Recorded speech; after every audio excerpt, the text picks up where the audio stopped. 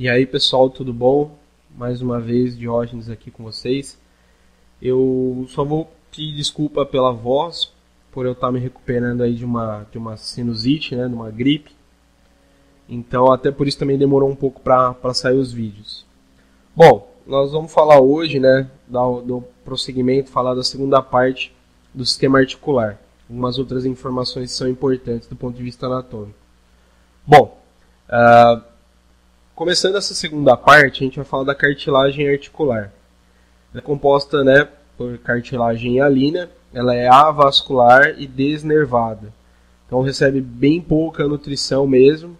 Grande parte da nutrição se dá pelo líquido sinovial, ácido hialurônico, né?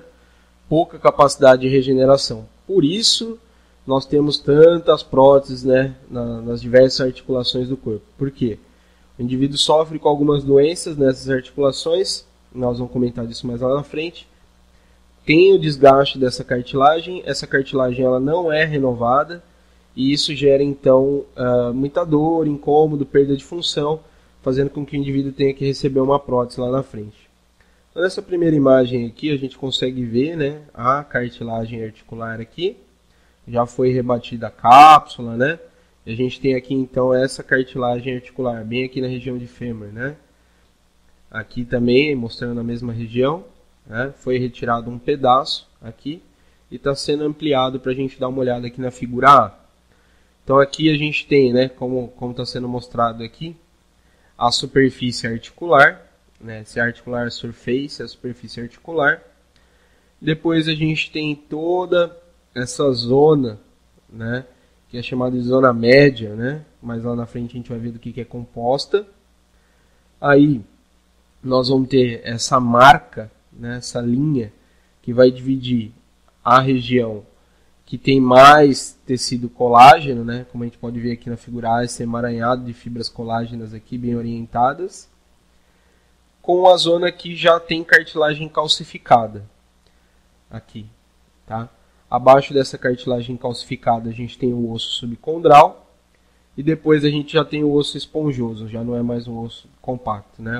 O osso subcondral é esse que está logo abaixo da cartilagem.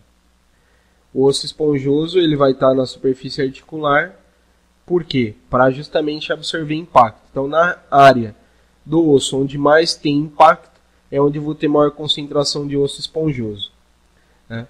Então essa característica do colágeno, né, são chamados de Arcades de Benioff, né, que foi o cara que descobriu isso, se eu não estiver errado, por volta de 1930, né, 25, 30, que ele descobriu isso daí.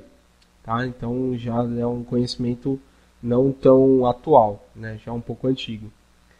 Aqui pela coloração a gente tem a zona superficial, a zona média e a zona profunda, tá? Antes de ter a cartilagem calcificada. Ainda sobre a cartilagem, né, a matriz extracelular ela contém de 66% a 80% de água, 20% a 34% dos sólidos, né? Então se a gente for ver aí 80% água, 20% sólidos, ou 66% água, então 34% de sólidos. Desses sólidos, 5 a 6% são componentes inorgânicos, principalmente a hidroxiapatita, né? Do restante orgânico, 48 a 62% é formado por colágeno do tipo 2 e 22 a 38% por proteroglicanas. Então aqui a gente tem a cartilagem normal, né? Aqui o sulfato de condroitina, por isso que muitos medicamentos são à base de condroitina. A gente pode ver aqui então, ele retirou um pedaço dessa região de cartilagem, está mostrando aqui pra gente água, né? Parte líquida, H2O, os proteoglicanos, tá? Então aqui ó, o sulfato de condroitina, queratan, ácido hialurônico, essa região aqui, tudo isso fica aqui dentro, né? Então ele foi ampliando para a gente ver o que tem lá na cartilagem articular, tá? Então por isso que é importante, num processo de recuperação, trabalhar bem com a síntese de colágeno, né? Os medicamentos são à base de proteoglicanos aí, e hidroxiapatita também, condroitina, todos os componentes que nós temos nessa região. Se a gente for dividir por zona, né, então tem a zona tangencial, que forma a superfície articular, a transicional, que é aquela zona média, né, 3 vezes maior do que a zona de superfície. Ela tem as fibras de colágeno são orientadas bem aleatoriamente. A zona radial, que apresenta as mais volumosas fibras colágenas, né, e o maior conteúdo aí de água e proteoglicanos. Essa parte aqui que é o trademark, né, que é a linha que divide a cartilagem da cartilagem calcificada. Então essa zona calcificada ela separa a cartilagem articular do osso subcondral. Tá? Então aí logo abaixo a gente já tem então o osso subcondral. Essa zona calcificada ela tem fibras que vão se ancorar no osso subcondral, vão se prender no osso subcondral. Então num processo de degeneração, a degeneração começa na zona tangencial, passa por todas as zonas até gerar uma degeneração desse osso subcondral aqui. É um processo evolutivo, né? Então aqui, por exemplo, falando um pouquinho da artrose, vamos colocar assim, né? Vou emendar um pouquinho de artrose e artrites para explicar para vocês. Então, primeiro, gente, a artrite é um termo que define várias doenças. Então nós temos aí 4 tipos principais de artrite. Artrite inflamatória, que também é chamada de artrite reumatoide, né? Então tem que ter um fator reumatológico no sangue, que leva a um processo inflamatório das articulações. Normalmente é bilateral e normalmente não afeta só uma articulação, né? Normalmente afeta mais de uma. Não que não possa afetar só uma, só que normalmente afeta mais do que uma articulação. Por exemplo, joelhos, metacarpos, metatarsos, falanges, né? Também afeta quadril, cotovelo, tá? Então são essas articulações. Nós também temos a artrite metabólica, né? Que ela é causada, ela também pode ser chamada de artrite gotosa, né? Porque ela é causada pelo excesso de cristais de urato, né, de ácido úrico no sangue. Então tem que se tomar cuidado com a alimentação. Desculpa, tem que se tomar cuidado com a alimentação. Ela é chamada gota, né? Ela também pode afetar em mais de uma articulação. Nós temos também a artrite infecciosa, né? Que é uma artrite causada, ou séptica, né? Que é uma artrite causada por uma infecção, né? Então algum micro-organismo, alguma bactéria entra nessa região articular, gera um processo inflamatório, mas a causa então não foi uma causa reumatológica, não foi um problema do próprio organismo, né? Foi uma infecção que aconteceu ali naquela região. Pode ser em decorrência de um processo cirúrgico, de alguma fratura que teve ali, né? Ou necessariamente não, pode ser através da corrente sanguínea. E a gente tem a última, que é a que eu vou mais falar, que é a artrite degenerativa, que nós chamamos de artrose, ou osteoartrose, ou osteoartrite, são todos sinônimos. Então nós temos aqui uma cartilagem normal e uma coxoartrose, que é uma artrose no quadril. Tá? Então a gente pode ver que essa parte mais rosada, que a cartilagem foi destruída, e a gente já começa a ter deformação do osso. Então quais são os sinais de artrose? Primeiro, a aproximação, né, dos ossos. Então o espaço articular ele diminui. Pode ver que aqui a gente vê uma linha, né, vê um espaço, e aqui a gente já não vê, o osso está tendo contato com o outro. Segunda coisa, a superfície óssea ela começa a ficar irregular pelo desgaste do osso subcondral. Tá?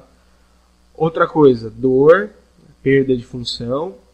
A gente também observa no raio-x, por exemplo, uma imagem esbranquiçada aqui nessa região. E pela sobrecarga, o organismo começa a jogar cálcio aqui também e começam a formar os osteófitos, né, popularmente chamados de bico de papagaio. Tá? Então isso pode acontecer joelho, quadril, coluna, tá? Nos ombros, né, em diversas articulações. Ela pode ser só unilateral, pode acontecer de um lado só. Só que o grande problema é, muitas vezes, por exemplo, o indivíduo tem uma artrose, que nem nós estamos vendo aqui, no quadril esquerdo. Aí o que começa a acontecer? Ele começa a forçar o lado direito. Aí esse lado direito também começa a sofrer, né, e posteriormente desenvolver uma artrose. Outro problema que nós temos é o seguinte: se você teve uma fratura bem nessa região da articulação, você lesionou a cartilagem, né? A gente chama de fratura intraarticular. O que vai acontecer nessa fratura intraarticular? Você lesionou aqui, aquela região de cartilagem foi perdida. Então o que isso diz? Que vai acontecer nessa região um desgaste maior. Quanto pior for a fratura, pior o desgaste. Então é por isso que o indivíduo jovem, com 25, 30 e poucos anos, já pode desenvolver uma artrose, né, que vai evoluir mais lá na frente para uma colocação de prótese. Então nós estamos vendo a imagem aqui, né, uma cartilagem normal aqui, tá? Uma cartilagem desgastada e a colocação de uma prótese aqui na região do joelho, né? A gente consegue observar isso daí. Bom, a gente tem aqui então a cápsula articular, é uma membrana aí de tecido conjuntivo, vai envolver toda a articulação. Tem a camada fibrosa e a camada sinovial, né? Então uma membrana fibrosa e outra membrana sinovial. A membrana sinovial é responsável pela produção aí de, né, líquido sinovial, e a membrana fibrosa é essa que dá mais resistência à cápsula articular. Então ela está envolvendo ali, né?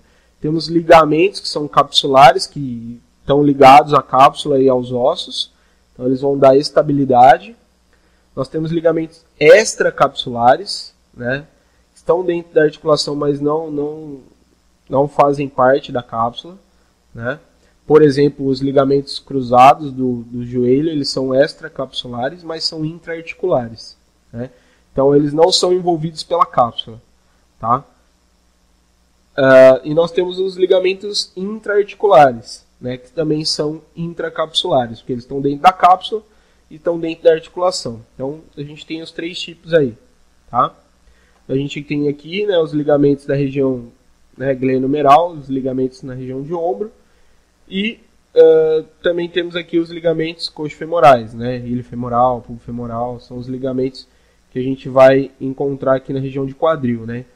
Então, esses ligamentos são justamente eles, não só os ligamentos, mas a cápsula, né? Aqui a gente pode ver, por exemplo, o recesso da cápsula, né? Região infaglenoidal, aqui a gente consegue ver esse recesso capsular. Por que isso aqui é importante? Principalmente para quem atua na parte ortopédica, médica ou na questão da fisioterapia, tem que tomar um cuidado bem grande, principalmente na fisioterapia, no trabalho de reabilitação. Por quê? Se você não mobiliza a articulação, se você não trabalha, essa cápsula articular, ela fica retesada, né? Ela fica endurecida e prejudica o que? A amplitude de movimento da pessoa. Então, a pessoa às vezes não consegue ganhar tanto movimento. Por quê? Porque isso aí não foi trabalhado.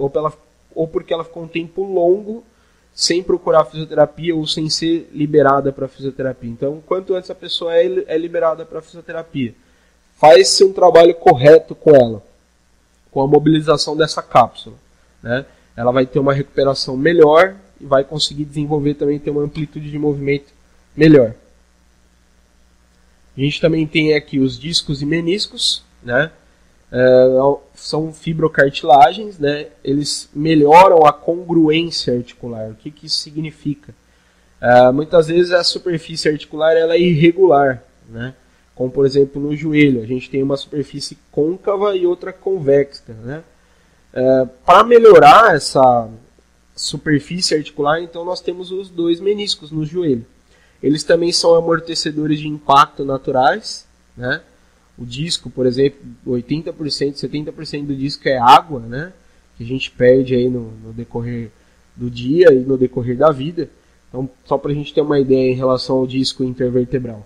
Nós somos 1 centímetro ou 1,5 cm mais altos quando acordamos do que quando vamos dormir. Por quê? Durante o dia vão acontecendo impactos na coluna, nós vamos perdendo líquido, né?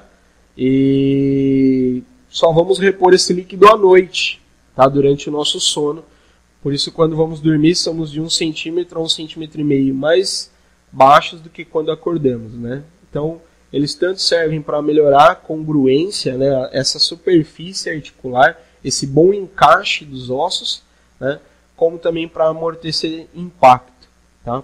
São os nossos amortecedores naturais. Falando um pouquinho da classificação, né, funcional, a gente tem aí a monoaxial, só tem um grau de liberdade, né? Que seria, por exemplo, o movimento de flexão e extensão. A gente está vendo aqui a articulação do cotovelo, do tipo dobradiça, né? A biaxial ela tem 2 graus de liberdade, então tem movimentos em 2 eixos, né? Então a gente tem, por exemplo, flexão e extensão e as rotações no joelho. Já no quadril é uma articulação triaxial, tem 3 graus de liberdade, né? Se move em 3 eixos e planos. Então a gente tem aí flexão, extensão, abdução, adução, rotação interna e rotação externa, ou rotação medial e rotação lateral, né? São aí os 3 tipos de classificação quanto à função da articulação. Quanto à forma, né, a morfologia, nós temos plana, né, como a gente pode observar aqui na articulação sacroiliaca, ela é uma articulação mais plana. A gente tem do tipo gínglimo ou dobradiça, seria a articulação aqui, né, que a gente tem do húmero com a una, húmero unar, né? Então a gente tem esse tipo de dobradiça, né, o gínglimo. E a trocoidea, que seria a articulação entre o rádio e a una, né? Por exemplo, a proximal, onde a gente tem esse movimento de pronação e supinação. Continuando, nós temos a elipsoidea, né? Aqui, por exemplo, na articulação temporomandibular, tá? Um exemplo. E a articulação celular, aqui, né? Entre o primeiro metacarpo e o trapézio, né? Região de punho. Tá? Então, o primeiro metacarpo aqui, o trapézio, é como se o trapézio ele montasse em cima do primeiro metacarpo, por isso é chamado de celular, né? Então, ali, ó. Ok?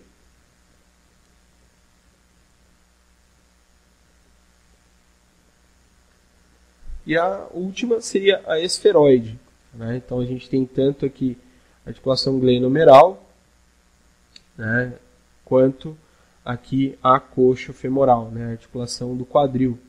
Tá? Então também é uma outra articulação esferoide. Tá? São 2 tipos de articulações esferoides que a gente tem, que permitem uma maior mobilidade. Né? Esse tipo de articulação é a que permite a maior mobilidade. Aí, os principais movimentos articulares. A gente tem os movimentos de deslizamento. Né? Então, vou simular aqui. Né? Isso aqui seria um movimento de deslizamento. Né? Onde vários pontos de uma superfície tocam o mesmo ponto da outra. Né? Aí a gente tem o rolamento, onde vários pontos de uma superfície, né, tocam vários pontos da outra. Tá? E a gente tem o movimento de rotação. Tá? Esses são movimentos acessórios. Nós temos também os movimentos angulares. Então aqui, antes dos angulares, é uma imagem mostrando para a gente, por exemplo, o movimento do joelho. Então a gente observa o fêmur sobre a tíbia, ele desliza primeiro, né, um movimento bem curto, ele desliza, depois ele sofre um rolamento. E existe também um giro da tíbia, que a gente não nota tão bem nessa imagem. Mas eu estou dizendo para vocês que também existe. Tudo isso para quê? Para a flexão e depois para a extensão do joelho. Então a flexão e a extensão são os movimentos angulares. Agora esses outros movimentos que estão acontecendo durante esse movimento são os movimentos acessórios da articulação. Então agora os angulares, né, a gente tem aí a flexão e a extensão. Dando crédito à imagem ali, né, do site anatomiaonline.com. Tá? Então a gente tem aí o movimento de flexão. O que seria o movimento de flexão? Eu não posso dizer simplesmente que é o deslocamento anterior de um segmento. Porque como a gente olha nessa própria imagem aqui, não tem um deslocamento anterior, e sim posterior. Na verdade, o que seria? Né? Seria um movimento que acontece no plano sagital e no eixo transversal, onde ocorre a aproximação de segmentos. Já a extensão seria o inverso, né? ela também ocorre no plano sagital e no eixo transversal, mas ocorre o afastamento dos segmentos. Então, se a gente olhar aqui, por exemplo, né, a flexão de joelho, região da perna está se aproximando da coxa.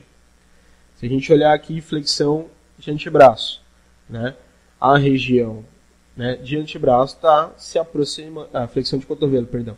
Região de antebraço está se aproximando da região do braço, né? Em relação aqui ao quadril, né, também a coxa se aproxima do tronco, né? Então a gente tem aí também o afastamento, seria a extensão, né, totalmente o inverso. Então a gente pode ver nessas 3 imagens aqui. Abdução e adução acontecem no plano frontal e no eixo sagital. Então a abdução seria esse afastamento do segmento da linha média do corpo. E a adução o inverso, a aproximação do segmento em relação à linha média do corpo. Tá? Então aqui a gente teve a abdução de ombro, né? O afastamento da linha média, e a adução, a aproximação de novo em relação à linha média do corpo. Ok?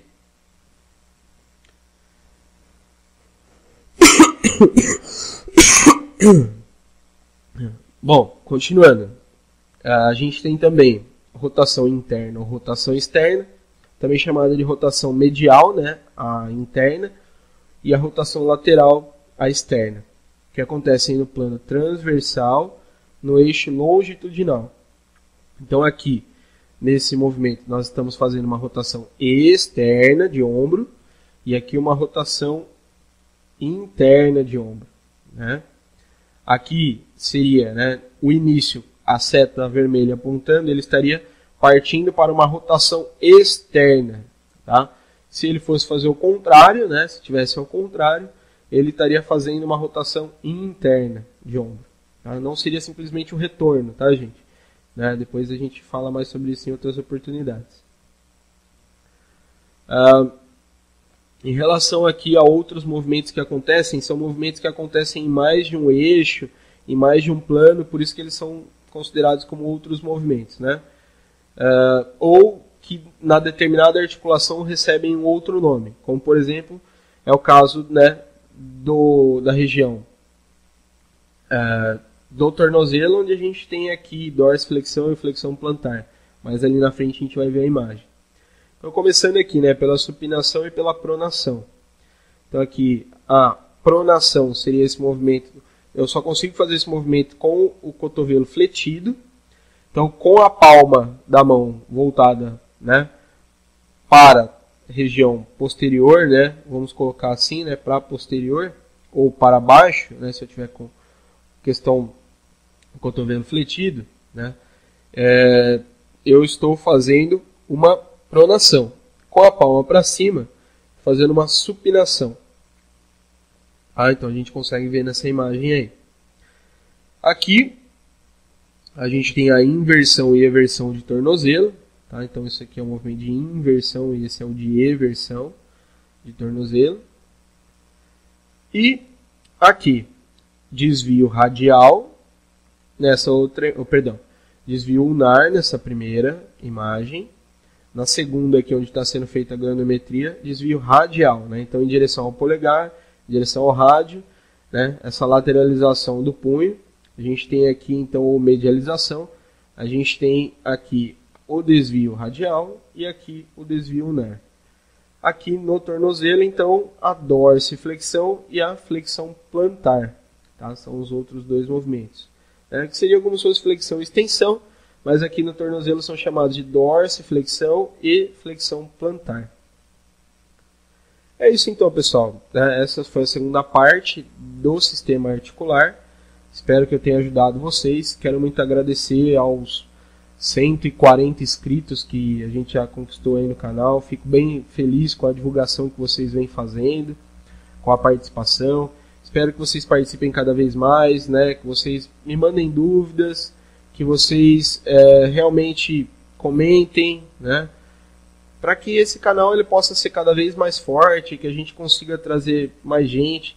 Eu já tentei, eu tinha prometido há pouco tempo, né, trazer colegas e fazer entrevistas e tudo. Eu já tentei com alguns colegas, só que quando dá certo para um, dá certo para o outro. Então a gente ainda está estudando e vendo o que dá para fazer. Tá? Então eu quero agradecer muito a paciência de vocês ter acompanhado até agora e dizer que no máximo a semana que vem já vai sair o próximo vídeo, vai falar sobre o sistema muscular. Então eu vou colocar a primeira parte do sistema muscular e depois eu coloco a segunda parte. Ok, pessoal? Fiquem com Deus, um abraço a todos, continuem assistindo, acompanhando o canal, dá joinha aí, favorita o vídeo, divulga mesmo no Facebook, né, em outras redes sociais, que vocês têm me ajudado bastante. Muito legal, abraço.